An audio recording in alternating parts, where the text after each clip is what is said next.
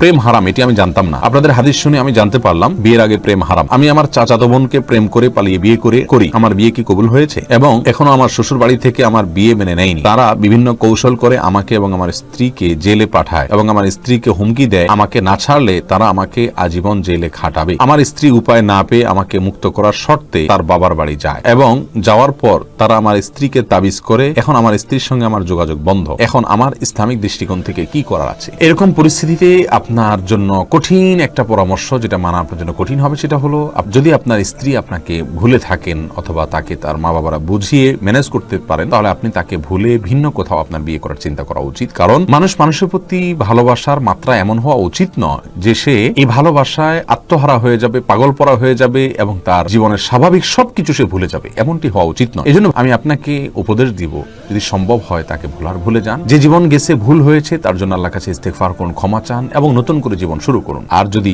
তিনি আপনাকে না ভুলে থাকেন, তাহলে মনে রাখবেন মেয়েদের জন্য অভিভাবকের অনুমতি নিয়ে বিয়ে করা উচিত। যদিও বিষয়টি ওলামা একরামের মত পার্থক্যপূর্ণ। আপনারা যদি ফিকহে হানাফিকে ফলো করে থাকেন, তাহলে সেক্ষেত্রে আপনাদের বিয়ে হয়নি আমি সেটা বলবো না, বরং বিয়ে হয়ে গেছে বলবো। বাট এখন যদি কোনোভাবে আপনি তাকে না পান, তার জন্য নিজে কষ্ট করা, আজীবন অবিবাহিত থাকা এবং নিজেকে কষ্টের মধ্যে রাখা, এটা অনুচিত হবে, ভুল হবে।